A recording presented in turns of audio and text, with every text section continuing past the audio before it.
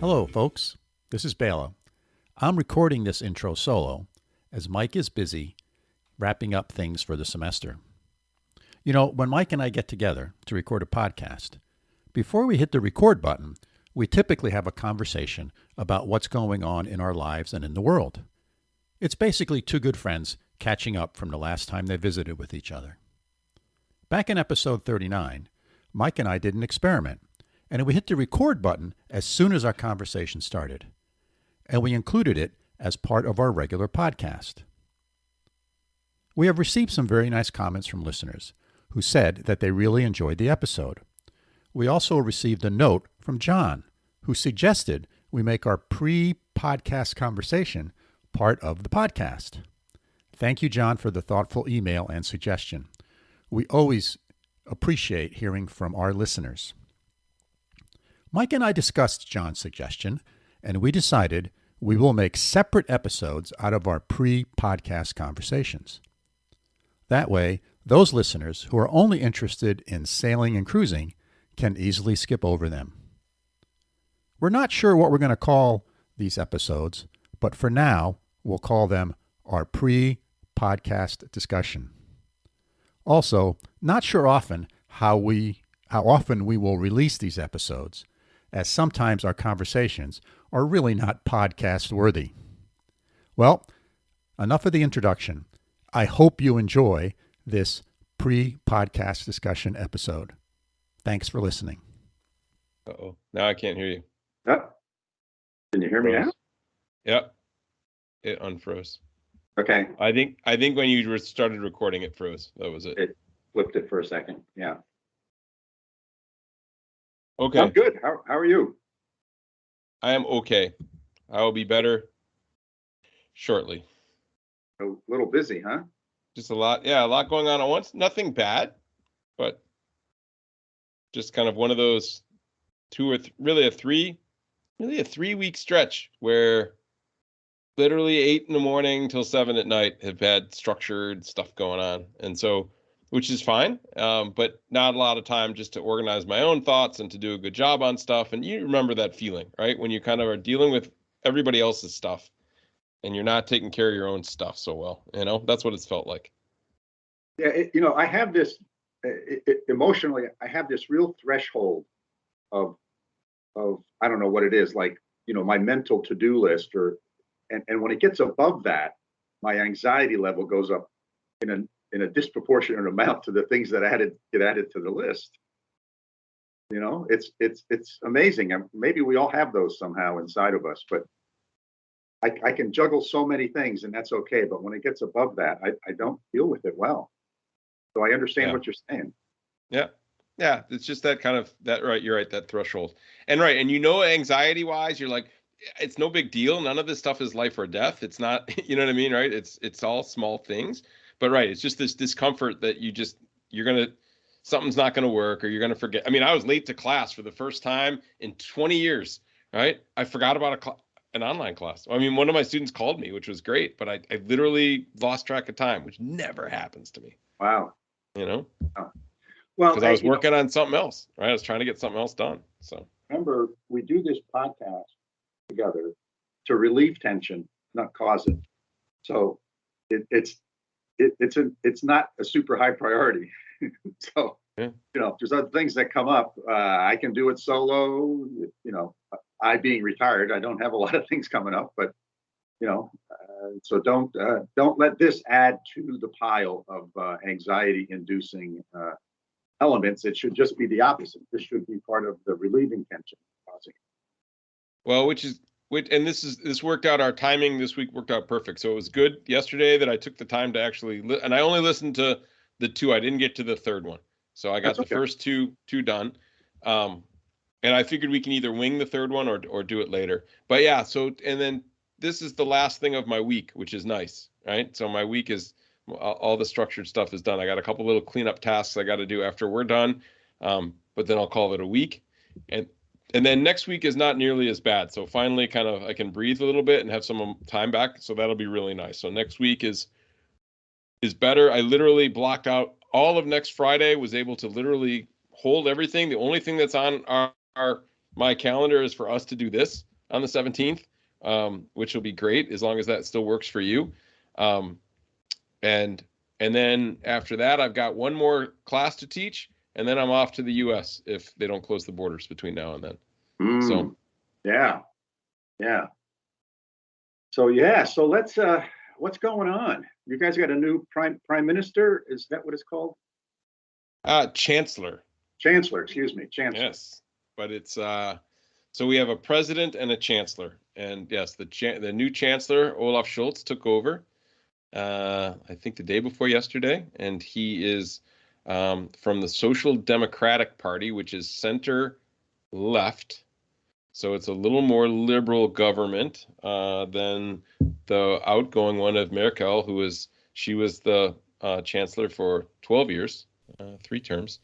And it's a coalition government. It's a 3-way coalition government, which is interesting. So this Social Democrat Party, they were in coalition with Merkel's party, the Christian Democratic Union, Christian Social Union, CDU-CSU is their abbreviation. They're center right.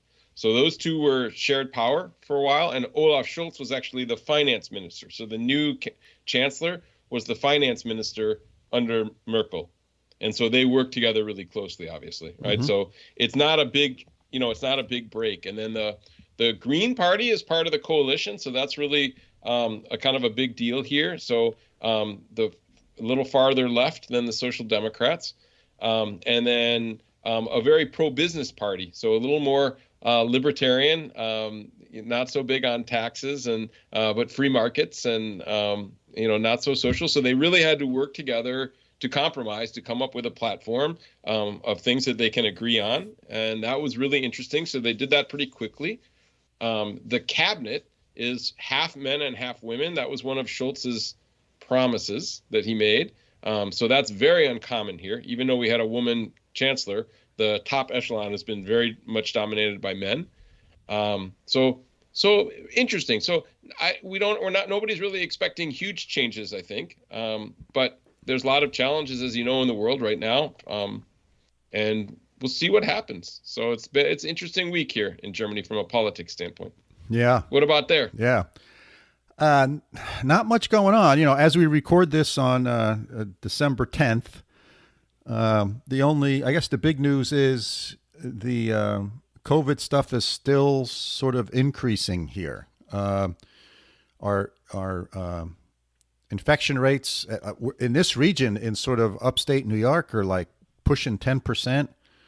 Wow. Hospitals are having capacity problems due to 2 things. One is the sort of increase in COVID cases, and the second is most of the hospitals here instituted a rule that their workers have to be vaccinated.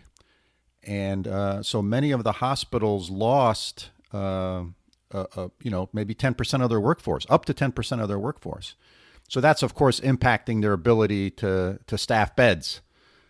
So those 2 things together are so they just canceled or suspended, I should say, all elective surgeries in like 20 or 30 hospitals in New York State. Because of the increase in COVID. So there seems to be a good spike going on, predominantly the Delta strain, as far as folks can tell. And from what I've been able to garner from the data, it's about 2/3, 1/3 hospitalization. So about 2/3 of the folks in the hospital are non-vaccinated. About 1/3 of them are vaccinated.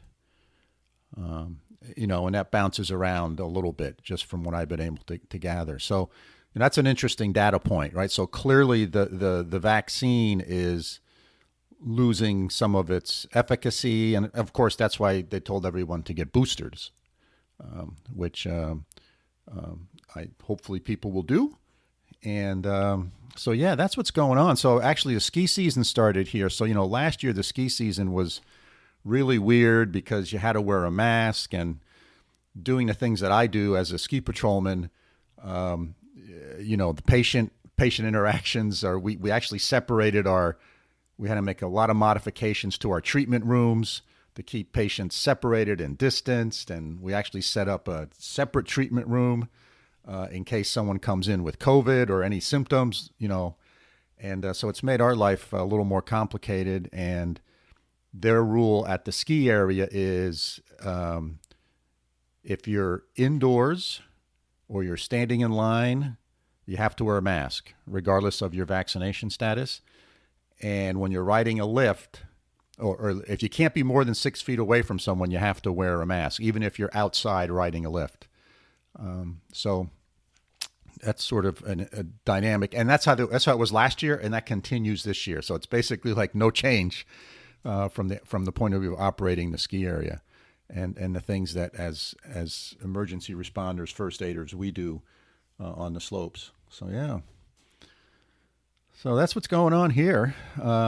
Everything else is, we've had a little bit of snow on and off, although tomorrow's supposed to be 50 degrees. So we'll see.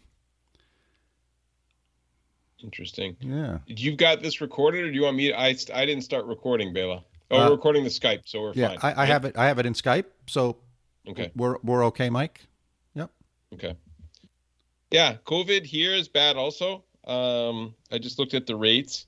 So in the country, it's not so good. In our local area, we're in a little bubble that's not so bad. The nationwide, there were 61,000 new infections yesterday. 22% of the COVID patients, or the 22% of the intensive care unit patients are COVID, and like the intensive care units are full, and the hospitals are full. So it's kind of problematic there. A lot of strain on the system. The incidence rate is 413 per 100,000. And it's starting to go down. Hopefully it peaked, but here in my city in Münster, it's only 139. Yeah. So it's about 1/4 or 1/3 of one third of the national average. I was thinking, but we moved. Yeah. Go ahead. I didn't mean to cut you off. Sorry. We moved. We moved all our classes again, kind of back to online last week, and they're still doing some classes in person at my university, but the ones like that I teach that don't need a lab or anything like that, we've moved all those to online. Yeah. We haven't moved any of that stuff online yet. My two grandkids that go to elementary school are still going to in classroom stuff. It's interesting. I was thinking about how the testing dynamic has changed from a year ago to now. In that, year ago there was people being tested every week because of their job, because they weren't vaxxed, et cetera, and now people are. So I wonder how we have to be careful about the sampling we're doing there, right? When we're thinking about the infection rate, because it's changed from how we test things a year ago. And there's also a bunch of people doing home testing, and that data doesn't get reported anyplace. Mm-hmm. So, I don't understand enough about statistics and all that kind of stuff to think about it, but it sort of makes me say that the infection rate is not the only thing we should look at. And it seems like, at least around here, that's all we talk about is the infection rate's going up, the infection rate's going up. And it seems to me that hospitalizations going up would be a good thing to talk about. And then if we want to convince people to get vaccinated, let's take the hospitalizations number and break it into two: those who are vaccinated and those who are not. And no one talks about those numbers. I had to go dig those numbers up, right? What I quoted to you a little earlier. I had to go figure that out on my own. And it seems to me, same thing with, hospitalizations and intensive care. Of the X number of people in intensive care, this percentage are vaxxed, this percentage are not vaxxed. And sort of let the data convince people whether they should get vaccinated or not, as opposed to trying to mandate it, which has been a disaster here. Right? It's just not working. The courts are overturning everyone's, all the various different political leaders and their attempts to demand vaccinations are being overturned. However, the ones that have been held up and successful are when corporations do it. So it appears that if a corporation says, look, a condition for employment is you have to be vaxxed, that works.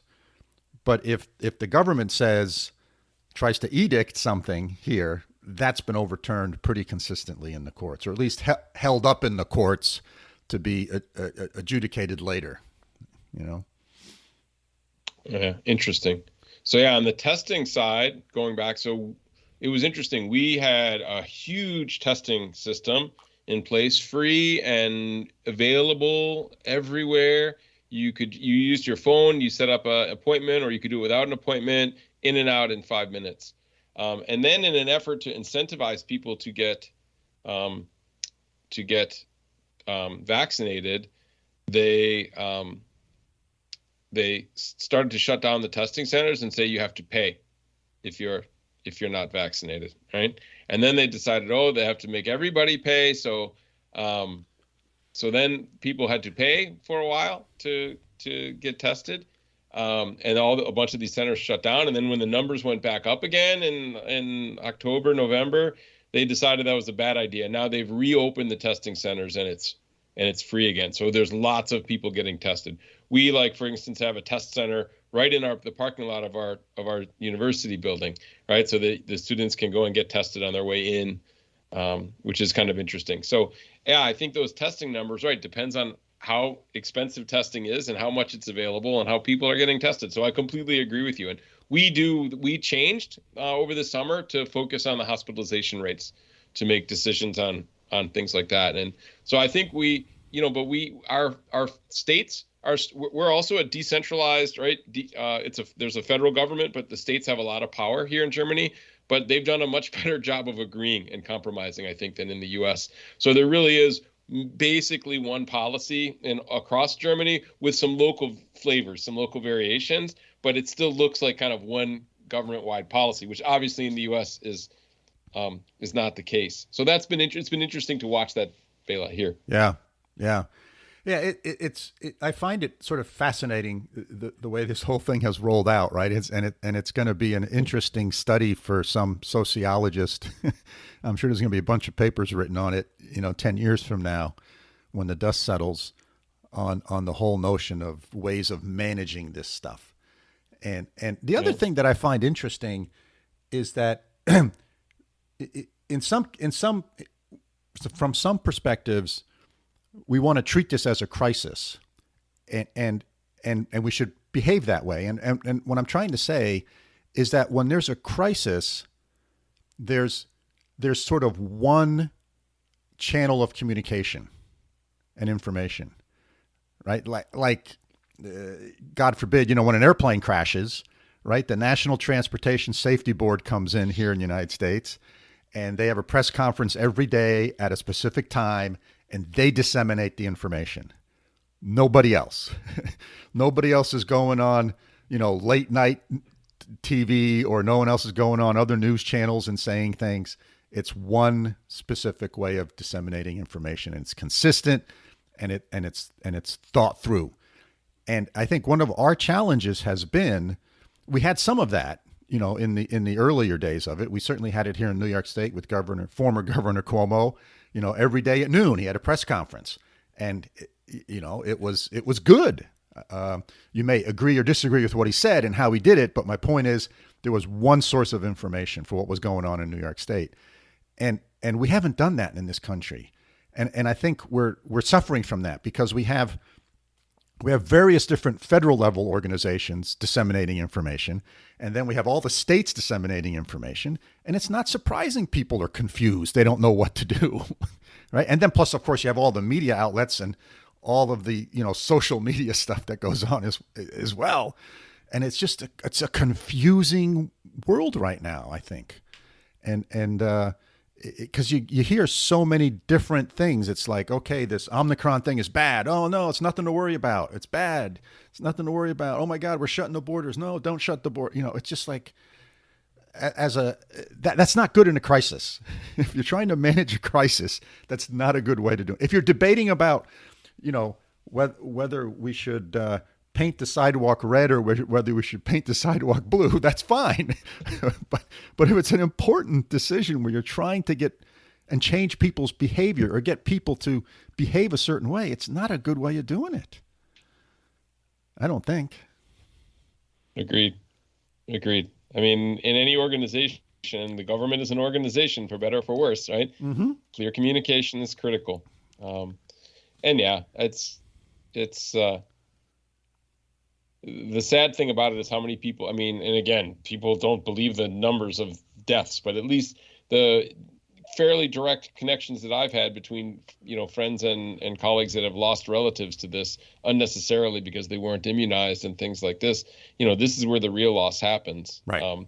We look at it, we can absolutely, the economic impacts are, and some sectors devastating, and that must be considered. But I just can't imagine what it feels like. I mean, I know what it's like to lose a parent, but I know one of my friends has lost a parent who didn't want to get vaccinated, and that's just a tremendous loss for a family. So we can look at it at the big high level, like what we're doing, and I think it's really important to have these discussions and these debates. But we also have to remember the household by household, all the victims of this. It's sad, and it's going to take a long time to deal with this, right? Hopefully we can get a handle on the public health part, right? But I think the emotional stress of all of this is a whole nother story that we could talk about for hours. Right. Right. Exactly. It's Exactly. amazing. Well, all right. Hey, should we get into the podcast? Yeah. Well, that's it for that episode. I hope you enjoyed it. As usual, we always appreciate your comments and suggestions. You can reach us at sailingtheeast@gmail.com. Take care and see you next time.